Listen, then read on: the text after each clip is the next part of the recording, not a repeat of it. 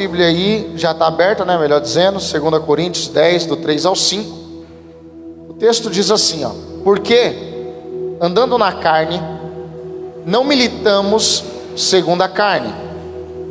Porque as armas da nossa milícia não são carnais, mas sim poderosas em Deus para a destruição das fortalezas, destruindo os conselhos e toda altivez que se levanta contra o conhecimento de Deus, e levando cativo todo o entendimento à obediência de Cristo. Amém?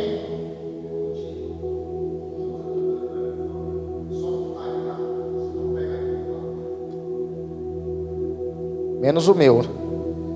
Amém, irmãos? Pai, em nome de Jesus, fale conosco pela Tua palavra. Necessitamos ouvir a Tua voz, da Tua direção, da Tua graça. Nós sabemos que o Senhor fala conosco pela Tua palavra. Então fales, ó Deus, pois necessitamos Te ouvir, em nome de Jesus. Bom, se eu pudesse colocar um tema nessa mensagem, o tema seria: apegue-se à verdade. O apóstolo Paulo, escrevendo a carta aos Coríntios, do capítulo 10 ao capítulo 13, o apóstolo Paulo apresenta uma defesa a seu apostolado. Nesses capítulos ele responde às acusações dos inimigos, descobrindo várias mentiras que eles estavam levantando contra o seu apostolado, dizendo que ele não tinha as credenciais da igreja de Jerusalém, que a presença dele física era fraca. Por isso que ele vai começar no versículo 1 dizendo que quando ele chega com humildade, e vai dizer que ele é fraco quando ele está presente, mas ele é ousado quando ele está distante. Então eles começam a acusar Paulo, primeiro dizendo que Paulo não é um apóstolo verdadeiro. Então começa a colocar em xeque o seu apostolado. E as desculpas eram: você não tem a credencial de Jerusalém. Outra é: quando você está presente, você é manso, mas quando você está escrevendo, você é bravo. E o apóstolo Paulo, ele escreve o capítulo 10, capítulo 11, capítulo 12, capítulo 13, em defesa do seu apostolado. Ele vai trazer uma defesa ali, dizendo que as pessoas podiam acreditar no seu apostolado, que o seu apostolado era um apostolado confirmado por Deus e não por homens alguns. É interessante que esses capítulos Paulo não defendia a si. É muito interessante nós entendermos que o apóstolo Paulo não está se defendendo, ele está defendendo o seu apostolado. A defesa de Paulo não é contra um argumento contra o Paulo, mas é contra o apostolado de Paulo. Se o apostolado de Paulo está em jogo, muita coisa está em jogo. Então a primeira coisa que nós precisamos entender é que o ataque ao apostolado de Paulo, ele é nocivo. O que é nocivo? É algo que é perigoso, mas não parece que é perigoso. Então quando alguém ataca o apostolado do apóstolo Paulo, o que acontece? Não está colocando em xeque só a sua honra, não está colocando em xeque só a sua pessoa. O que está colocando em xeque é a mensagem que o apóstolo Paulo está trazendo.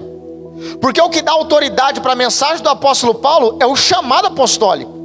Então quando alguém se levanta contra o apóstolo Paulo para atacar o seu apostolado, muita coisa vai entrar em jogo. Porque a partir do momento que o apostolado de Paulo entra em jogo, logo a palavra que ele está ministrando também entra em jogo. Logo o discurso que ele está trazendo também entra em jogo. Logo a mensagem de Deus que ele está trazendo vai entrar em jogo. Por quê? Porque se ele não é um apóstolo legítimo, a sua palavra não tem autoridade. E um homem sem autoridade é um homem sem nada. Então quando eles atacam o apostolado de Paulo, eles atacam diretamente a identidade do apóstolo Paulo, dizendo: você é um apóstolo fajuto, você não é um apóstolo de verdade. E aí pode ferir a sua identidade apostólica. E se afeta a sua identidade apostólica, afeta também a sua autoridade. E um homem sem autoridade é um homem sem palavra, é um homem que a sua palavra não consiste, é um homem que não vai levar muito longe a mensagem que ele está pregando. Então a palavra autoridade, dentro do nosso dicionário, não estou indo nem no grego, no hebraico, o nosso dicionário está dizendo direito ou poder de ordenar, de decidir e de atuar. Quando o apóstolo Paulo sofre um ataque sobre a sua autoridade apostólica, se isso fica por isso mesmo, talvez essa mensagem não teria chegado até nós. Talvez a igreja não teria aceito essa mensagem como uma mensagem inspirada pelo Espírito Santo, porque estava tirando a autoridade do apóstolo Paulo. Então o apóstolo Paulo vai para cima exatamente disso, porque o diabo ele sempre vai apontar mentiras ao nosso respeito, para fazer com que a nossa autoridade seja rompida, para fazer com que a nossa autoridade seja neutralizada, porque um homem sem autoridade ele só é mais um homem. Quando nós carregamos uma autoridade, nós entendemos a autoridade que nós carregamos, meu irmão, existe poder nas nossas atitudes. Quando nós entendemos a autoridade que Jesus entregou sobre a minha vida e sobre a sua, a nossa palavra tem poder, o nosso caminhar tem poder, o nosso direcionamento tem poder. Por quê? Porque nós estamos caminhando debaixo de uma autoridade de Jesus. A palavra de Deus vai dizer que Jesus disse: eis que vos dou poder e autoridade. Então quando o diabo ataca a minha vida e a tua, o maior objetivo dele, já falei sobre isso aqui, não é te matar simplesmente, porque um crente morto está no céu. Se o diabo te matar hoje, você está no céu, morreu aqui, acorda no céu. Agora, se ele acaba com a sua identidade, se ele acaba com a sua autoridade, meu irmão, nós estamos perdidos na terra. Então nós precisamos tomar cuidado com os ataques do inimigo. E é muito interessante que o maior objetivo do diabo é te aprisionar. O maior objetivo do diabo é me aprisionar e é te aprisionar. E é por isso que nós lemos o texto de 2 Coríntios. Um homem aprisionado é um homem sem liberdade. Um homem sem liberdade é um homem fora do chamado de Jesus. Gálatas capítulo 5, versículo 1 vai dizer que foi para a liberdade que Cristo nos libertou. É muito interessante o cuidado que nós precisamos tomar com os ataques que o diabo vai lançar sobre a minha vida e sobre a sua vida. Que o maior objetivo do diabo é me aprisionar e é te aprisionar. O maior objetivo do inimigo é aprisionar um homem e aprisionar uma mulher. Porque nós, meu irmão, aprisionados, para onde nós vamos? Que mensagem entregamos? E quando eu digo aprisionado, eu não estou falando de uma prisão. Quando eu digo aprisionado, eu não estou falando de ser preso em nome do evangelho, como muita gente tem sido. Isso aí, meu irmão, não para um crente, porque ele lá dentro ele está pregando. Um homem, tem uma história de um homem que foi preso por causa do evangelho, e ele jejuou muito tempo, milagrosamente. Ele passou muitos dias jejuando, e isso é milagrosamente porque dentro da biologia não seria capaz desse camarada continuar vivo baseado em quanto tempo ele jejuou. Qual foi o resultado? Os presos todos se converteram. Então a prisão, quando eu estou falando que o diabo quer me aprisionar e quer te aprisionar, não é a prisão que o governo faz aí de concreto e não. A maior prisão que o diabo quer nos trazer é uma prisão na mente. O maior objetivo do diabo é aprisionar a mente de um homem e de uma mulher de Deus. Meu irmão, nós não temos noção o quanto a mente do homem ela é gigantesca. A mente do homem ela é tão gigantesca que através da mente, a mente é o único lugar que o homem é capaz de ser aprisionado em todas as áreas da vida dele.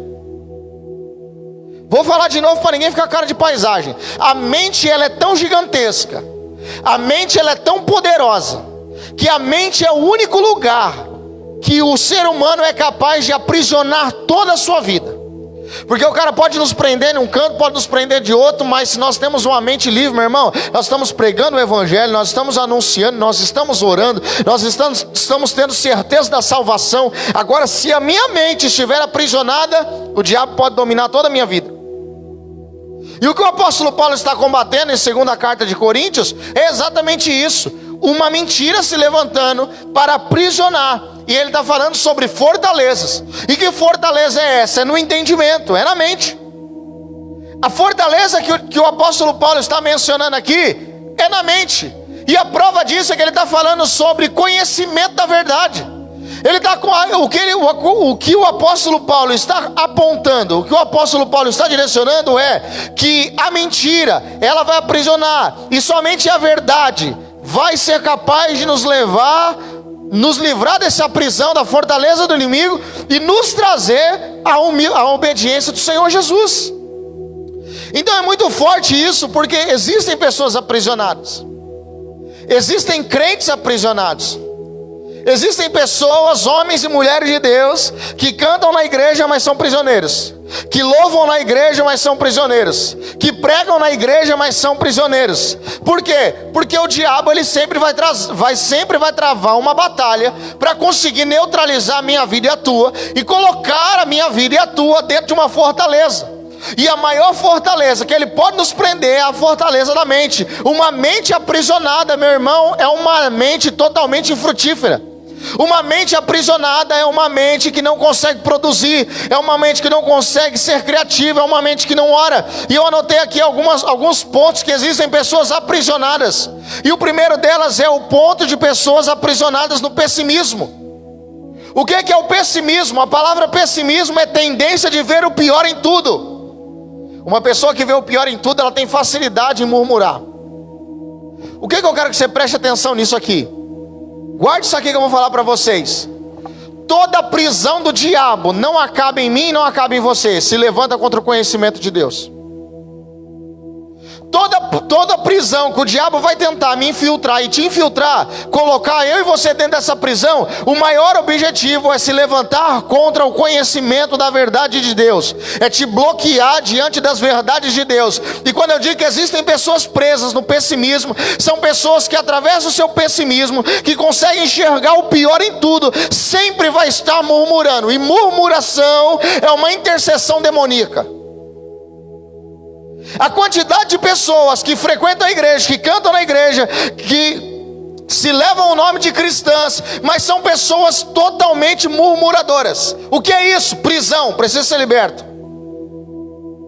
Nós precisamos entender o quanto isso é perigoso. Nós precisamos compreender o quanto isso é ruim. Por quê? Porque à medida em que nós murmuramos, que nós falamos, à medida em que nós nos expressamos, à medida em que nós vemos tudo pior, o tudo de ruim naquilo, geralmente liberamos palavras ruins. A murmuração é algo que fere o coração de Deus. Meu irmão, uma das coisas que entristece o coração do Senhor é a murmuração. Murmuração é terrível. Murmuração, ela fala de ingratidão.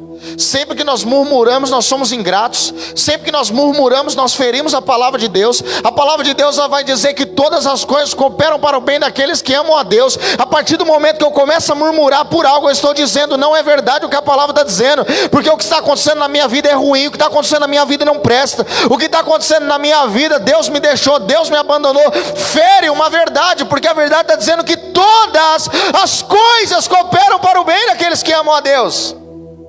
Não são algumas coisas, não é uma outra coisa, são todas elas. Todas elas cooperam para o bem de quem ama o Senhor. Quando nós murmuramos, nós estamos dizendo, Deus perdeu o controle da situação. Quando nós estamos murmurando, nós estamos dizendo, Deus não está no controle de nada. Quando nós estamos murmurando, nós estamos dizendo, eu sou ingrato. A gente só não está dizendo com essas palavras, mas a gente abriu um cartaz para dizer, eu sou ingrato. Então a murmuração é terrível. E o que é isso? São pessoas aprisionadas. São pessoas que o diabo conseguiu aprisionar. Na onde? No pessimismo. Tudo é ruim, nada é bom. Tudo é negativo, nada é legal.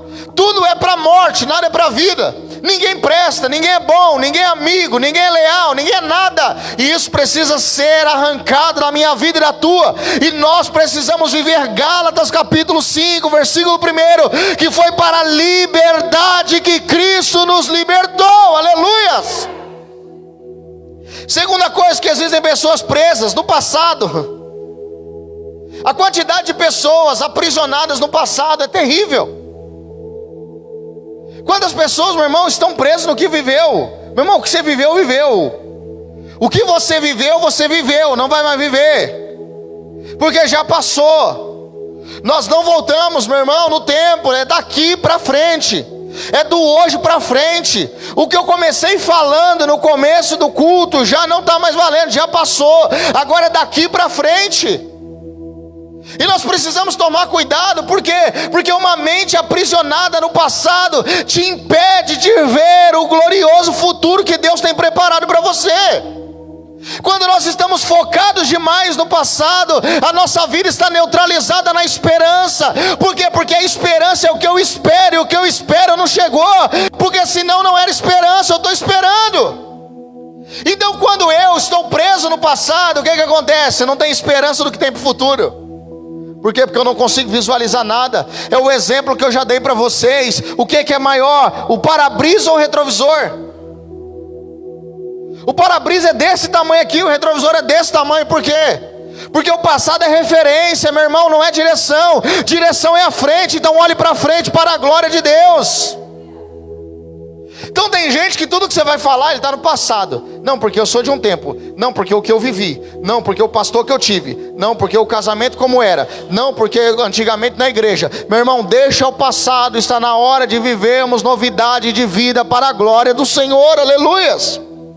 Romanos capítulo 6, versículo 4 vai dizer: pois pelo batismo morremos e fomos sepultados com Cristo, e assim com Ele foi ressuscitado dos mortos pelo poder glorioso do Pai. Agora nós também podemos viver uma vida nova, ou novidade de vida. Deixa eu liberar uma palavra para o meu e para o teu coração. O Senhor está nos chamando para viver em novidade de vida. Louvado seja Deus. Então deixe as coisas do passado, deixe a tristeza do passado, deixe a mágoa do passado, deixe, meu irmão, a perturbação do passado, deixe a preocupação do passado, deixe a traição do passado e vá viver uma nova vida para a glória de Deus. Aleluias. É novidade de vida que o Senhor nos chamou. É estranho nós falarmos do evangelho como novidade de vida se a gente sempre está preso no passado. É muito esquisito eu falar que Cristo me chamou para viver uma nova vida, e o evangelho quer dizer boas novas, boas notícias. E eu tenho Deus no meu coração, eu tenho Jesus na minha vida, eu sou crente, aleluia, glória a Deus. Mas eu sempre estou preso no passado. Eu sempre estou preso no que aconteceu, no que passou. Um monte de gente aprisionada. Essa noite é noite de Jesus te libertar das garras do diabo e colocar essa fortaleza por terra. E em nome de Jesus, toda prisão que te aprisiona no passado vai cair por terra em nome de Jesus. Meu irmão, não dá para nós vivermos presos naquilo que passou. Não dá para nós vivermos presos. Ai, pastor, eu fico louco com isso. Principalmente com pregador. O pregador gosta disso. Porque eu sou de um tempo, meus irmãos. Eu não consigo imitar pregador sem imitar a voz deles. Eu sou de um tempo onde Jesus batizava com o Espírito Santo. Os jovens eram todos batizados com o Espírito Santo. Eu sou de um tempo que nós orávamos e o Senhor curava. Tu está vivo? Tô. Então, tu acha que tá, porque quem morreu foi tu. Porque se o Senhor não muda, e antes acontecia, hoje não acontece mais, o problema não está em Deus. O problema está em você que está ministrando a palavra. O que é isso? É saudosismo. Nós precisamos parar com isso e viver novidade de vida. Porque o Senhor que curava no passado é o mesmo. Quando Jesus estava na terra, Jesus não só falou do Deus que abriu o mar vermelho, mas o próprio Jesus ressuscitou defunto. Quando os apóstolos estavam falando de Jesus, eles não só falaram do Jesus que curou, do Jesus que libertou, do Jesus que ressuscitou, mas eles também operavam esses milagres no nome de Jesus. Então chega de viver no passado e comece a viver novidade de vida. Aleluias. É muito importante isso. Outra coisa, que existem pessoas aprisionadas no pecado. E no pecado que eu estou dizendo, não é que está praticando o pecado hoje. Não é nem isso que eu quero falar hoje. Deixa esse assunto para outro dia. Eu estou falando de pessoas que cometeram pecados e não conseguem se libertar do pecado, porque o diabo conseguiu aprisionar a mente delas, que elas continuam escravas. Já pediu perdão, mas não se arrepende. Já falou para o Senhor pedir perdão, já falou para Jesus, já confessou para o Senhor, mas mesmo assim continua aprisionado. Aí vamos fazer tal coisa, ai não estou me sentindo bem. Não, não é, porque ele ainda se sente preso, é porque ele está preso. Se sente não, é porque ele está preso e ele se sente culpado daquilo que o Senhor já perdoou. Ele está aprisionado porque o diabo conseguiu infiltrar nele que ele é um condenado, porque o diabo conseguiu infiltrar que ele ainda é prisioneiro, que ele ainda é um prisioneiro, que ele ainda está em pecado, que ele ainda está negativado no céu, vamos assim dizer. Mas o Senhor já perdoou, porque à medida em que você fala para o Senhor, se arrepende, você está perdoado, meu irmão. E a Bíblia diz que o Senhor não se lembra mais dos nossos pecados. Então, se eu confessei o meu pecado, entreguei ele para o Senhor, o meu pecado, ele está perdoado para a glória de Deus. Filipenses capítulo 3, versículo 12, o apóstolo Paulo diz: não que eu seja perfeito, ou que eu tenha alcançado a perfeição, mas eu faço uma coisa, esquecendo-me das coisas que para trás ficam, eu avanço para o alvo, pelo prêmio da soberana vocação em Cristo Jesus. Sabe o que o apóstolo Paulo está dizendo? Eu não sou perfeito, eu também erro, eu também tenho os meus pecados, mas eu não estou preso no meu pecado. Por quê? Porque eu estou caminhando em direção a Jesus. Quando nós estamos caminhando em direção a Jesus, nós estamos olhando para a graça, nós estamos olhando para a justificação, nós estamos olhando para o amor de Deus, nós estamos olhando pelo perdão, nós estamos olhando pelo sangue que nos purifica, e é isso que me faz continuar. Então, meu irmão, nós não podemos mais ficar presos para a glória de Deus. Romanos capítulo 8, versículo 1: nenhuma condenação há para aqueles que estão em Cristo Jesus, o nosso Senhor. Tem alguém em Cristo Jesus aqui? Amém? Se nós estamos em Cristo, não existe condenação. Então nós precisamos virar esse jogo, meu irmão. Ei, deixa eu te dizer, a prisão em que você está preso, a chave está na tua mão. A prisão que te tranca, a chave está na tua mão. Você não precisa de carcereiro para abrir. Você pode fazer isso pelo poder da palavra de Deus. Então, se eu estou aqui, qual é a verdade que eu tenho? Por isso que o tema da mensagem, qual que é o tema da mensagem? Vamos fingir que isso aí passou, e aí todo mundo falou, mas o barulho da sirene. Apegue-se à verdade. Se você se apegar à verdade, meu irmão, você não fica preso na mentira do diabo. O diabo é o pai da mentira. Então ele está dizendo, você está preso. Mas você falou, não, nenhuma condenação há. Você vai dar ouvido para quem? Isso é muito importante. O objetivo do diabo é nos tornar escravos, condenados. É fazer com que eu e você nos tornemos prisioneiros na mente. Um cara prisioneiro da mente não cresce, um cara prisioneiro da mente não avança, um cara não flui, não consegue dar fruto, porque ele está preso. Qual é a arma do diabo para que isso acontecer? Quem está comigo até aqui? Então falei sobre o diabo que quer aprisionar e aonde ele está aprisionando. Eu quero saber qual que é a arma do diabo. A primeira arma do diabo é a mentira. A mentira que o diabo lança ao meu respeito, ao teu respeito, é a arma que ele tem. A mentira que o diabo lança sobre a minha vida e sobre a sua vida é a arma que o diabo tem. Então ele fala, você é um derrotado. Você acredita se você quiser. Nada vai dar certo na sua vida, você acredita se você quiser. Ó, sua família foi toda drogada, toda problemática. Você também vai ser. Você acredita se você quiser. Ele é o pai da mentira. É por isso, meu irmão, que eu acho engraçado quando as pessoas ficam entrevistando o diabo, conversando com ele. Quem é você? Da onde você veio? Qual que é seu nome? Quem é o mais forte? Você veio da onde? Tem forró onde você veio? Tem samba da onde você saiu? Ele é o pai da mentira. Você vai entrevistar o diabo para ser enganado.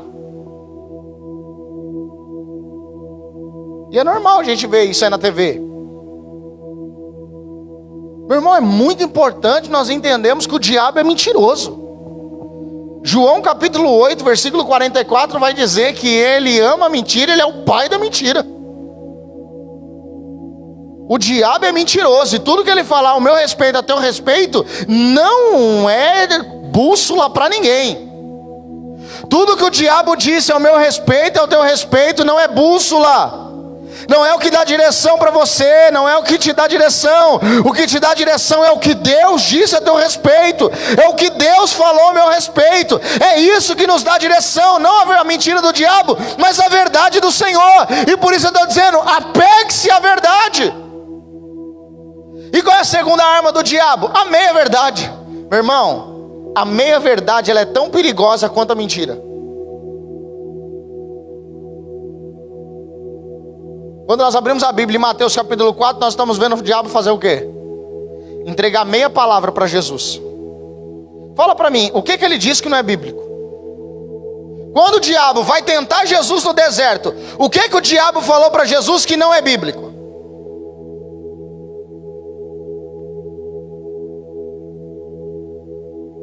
Só que ele disse metade. Então deixa eu te dizer uma coisa, a meia-verdade ela é tão ruim quanto a mentira. A meia-verdade ela é tão complicada quanto a mentira. Então tem que tomar cuidado, porque, meu irmão, se o diabo usou a palavra para tentar Jesus, por que ele não vai querer manipular a palavra para afetar a tua vida e a minha? Se o diabo usou a Bíblia, que não era comum para nós, né? Amém? Não preciso desenhar isso não, né? Se ele usou a palavra para tentar Jesus, por que ele não vai tentar usar a palavra para derrubar a minha vida e a tua? Se ele usou a palavra para tentar Jesus, por que ele não vai usar a palavra para trazer um problema na minha vida e na tua? Para me aprisionar e para te aprisionar. Nós estamos lidando com um ser que é matuto, como dizem por aí. Desde o primeiro homem, ele vem enganando, ele vem conseguindo manipular, ele vem conseguindo derrubar. Meu irmão, o Satanás é um inimigo milenar, porque desde Adão ele está vindo. Dentro dos cálculos bíblicos, o homem não existe há bilhões de anos, amém? Dentro dos cálculos bíblicos, que começou a contar ali, são 6.000 anos aproximadamente. Então de 6.000 anos para cá, o diabo está conseguindo enganar a gente. E nem sempre é com a mentira, às vezes é com a meia-verdade. A meia-verdade é um perigo. A meia-verdade é tão perigosa quanto a mentira. Quando o diabo fala que Deus te ama, então não importa o que você faça, isso é meia-verdade. Deus te ama, sim ou não? Sim, verdade. Mas se importa com o que você faz, então é meia-verdade. E a meia-verdade ela é tão perigosa quanto a mentira. São as armas do diabo. Às vezes o diabo vai querer introduzir no nosso pensamento, na nossa mente, a própria palavra de Deus para conseguir neutralizar a minha vida e a tua vida. Mas nessa noite nós precisamos caminhar dentro de uma verdade. A palavra de Deus, ela não entra em contradição. Então eu vou me apegar na verdade completa do Senhor, a verdade completa das Escrituras, e eu não vou dar ouvido para aquilo que o diabo está lançando no meu coração e também lançando na minha mente. Eu vou me apegar à verdade para a glória de Deus, aleluia. Que horas são, por favor?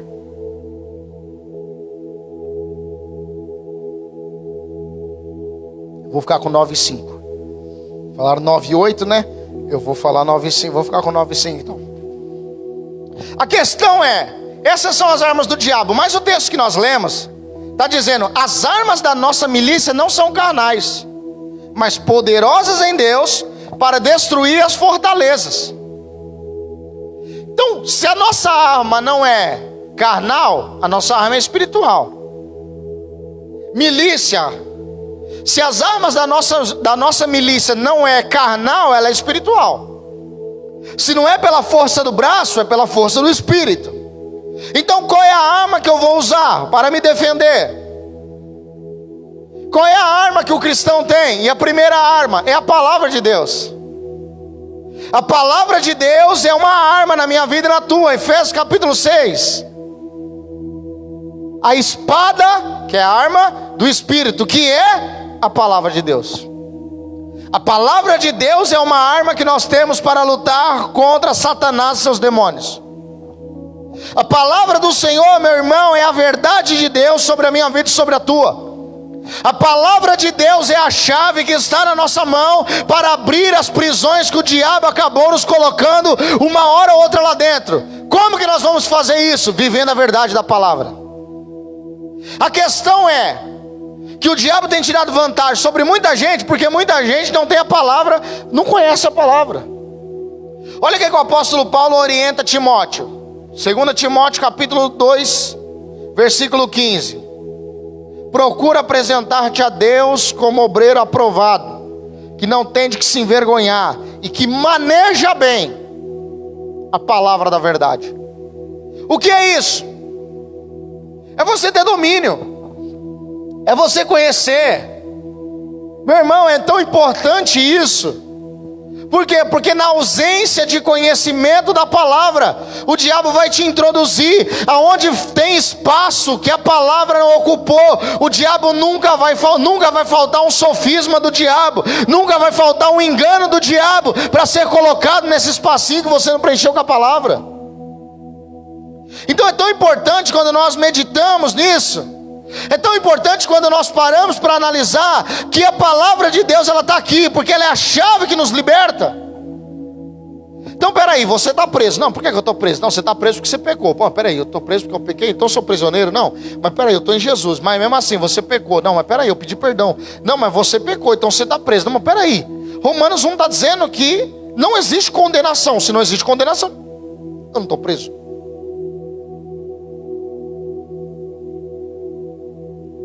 Gálatas capítulo 1, versículo 5 vai dizer que foi para a liberdade que Cristo me libertou. Então eu sou livre. Então peraí, eu vou me apegar ao quê? A verdade de Deus ou a mentira do diabo? O problema é que às vezes o diabo não vai vir com a mentira. O problema é que às vezes o diabo vai vir com a meia verdade. E se você pegar a palavra de Deus e colocar ela como meia verdade só, meu irmão, na verdade isso é da onde surgiu todas as seitas. Quase que unânimes, as seitas surgiram da Bíblia. Tem ali um apologeta que fez até curso de apologética. Estou errado?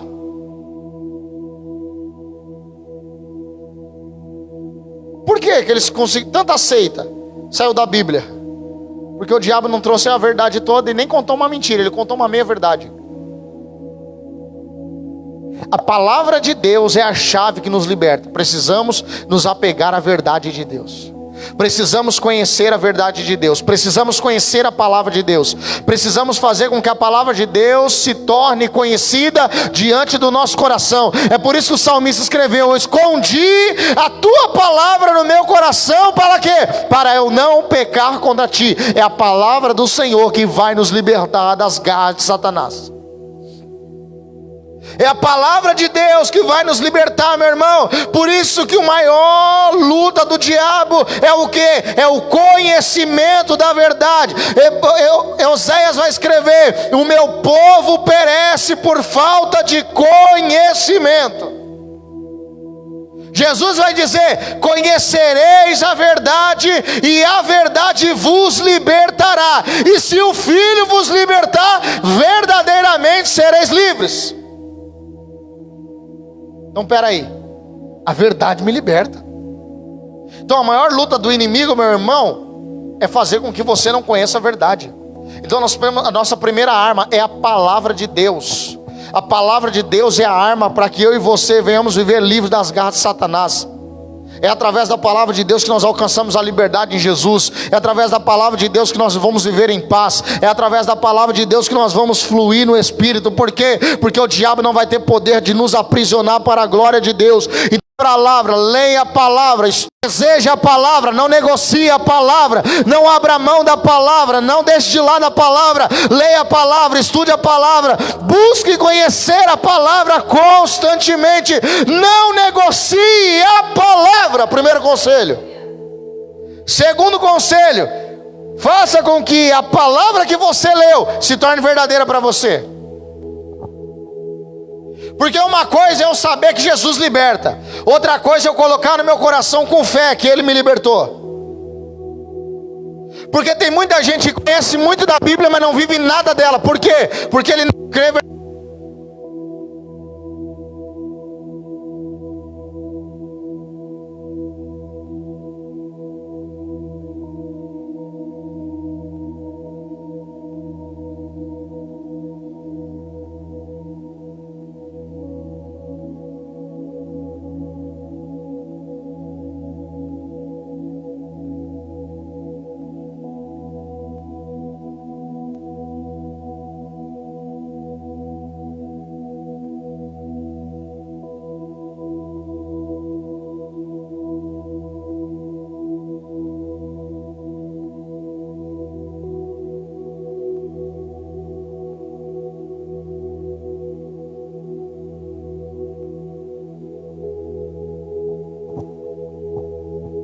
Então, a segunda verdade é essa: é fazer com que a palavra de Deus que nós lemos, que nós ouvimos, que nós cremos, se torne verdade em nós. Porque quantas mensagens você já não ouviu e você continua cometendo os mesmos erros, mesmo tendo ouvido essas mensagens? Porque entre você saber o que está escrito e aquilo se tornar real para você, existe uma lacuna. Então o primeiro passo, a primeira arma nossa é conhecer a verdade de Deus. E a segunda, fazer com que o meu conhecimento se torne verdadeiro no meu coração. Essa é a primeira arma que nós temos, que eu abrangi duas partes. Segunda arma que nós temos, a oração, meu irmão. A oração é uma ferramenta do crente. Paulo está dizendo, as armas da nossa milícia não são carnais. As armas da nossa milícia não são carnais, são espirituais, são poderosas em Deus. Existe poder na oração, existe poder no clamor, existe poder na súplica. Então nós como igreja precisamos orar. Agora eu pergunto, qual é o nível de oração que nós temos? Qual é o nível de oração que nós mantemos? Hoje, grande parte da igreja tem muito tempo de leitura bíblica, mas pouquíssimo tempo de oração.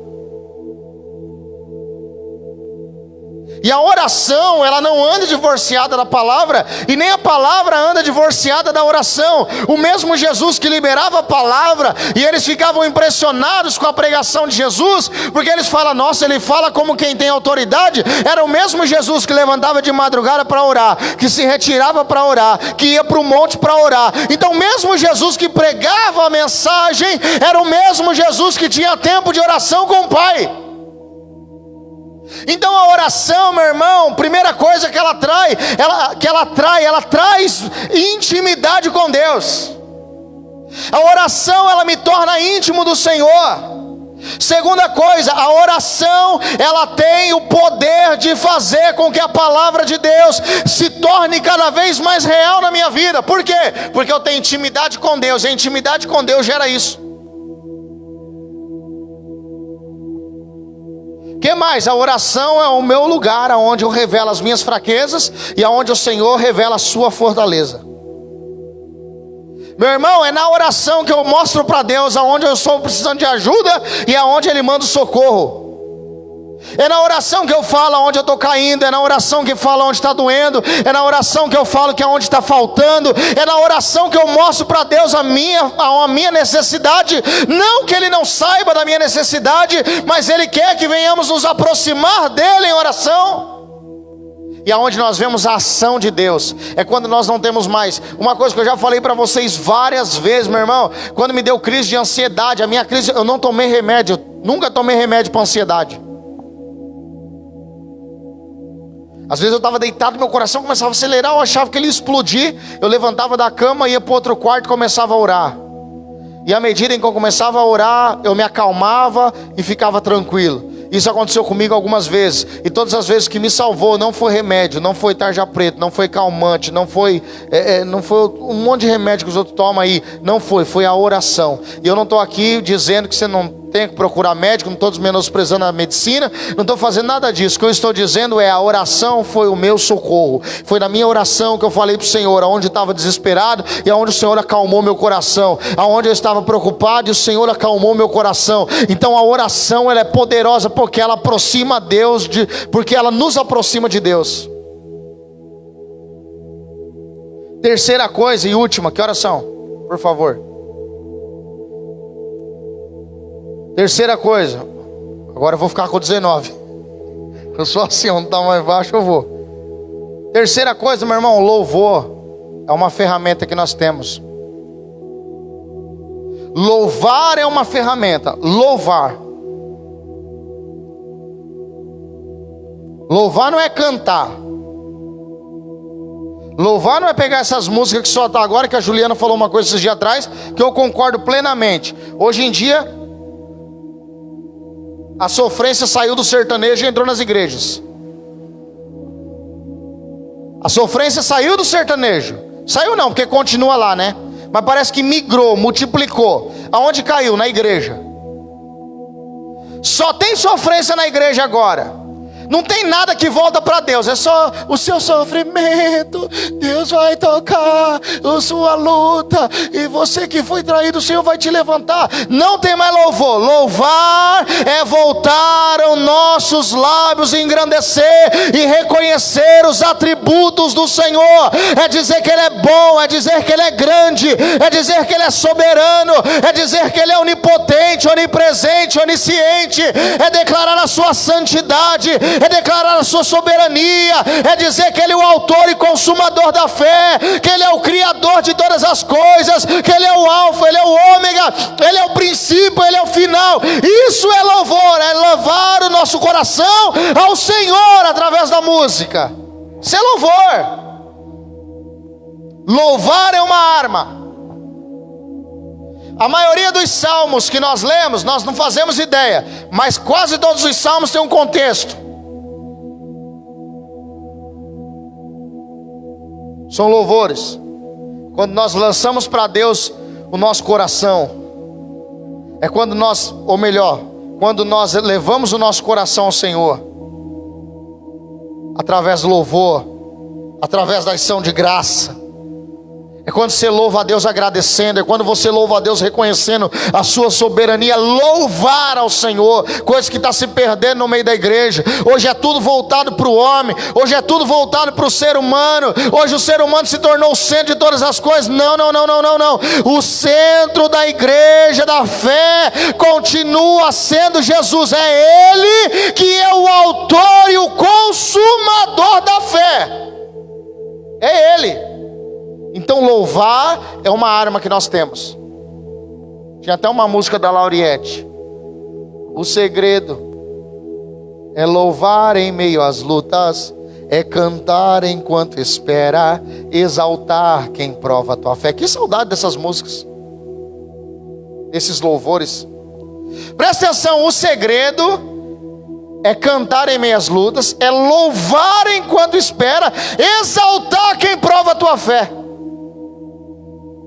E hoje, quem te viu passar na prova e não te ajudou, quando vê você na bênção, vai se arrepender, vai estar entre a plateia e você no palco. E o povo chora, se emociona.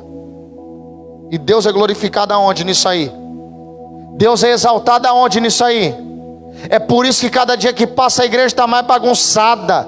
É por isso que cada dia que passa a igreja é menos respeitada do lado de fora, meu irmão. Porque nós não fazemos mais as coisas voltadas para Deus. Nós só estamos fazendo voltado para o homem. Tudo se resume no homem. Mas a nossa caminhada não é voltada para o homem. A nossa caminhada é voltada para Jesus, o glorioso Senhor.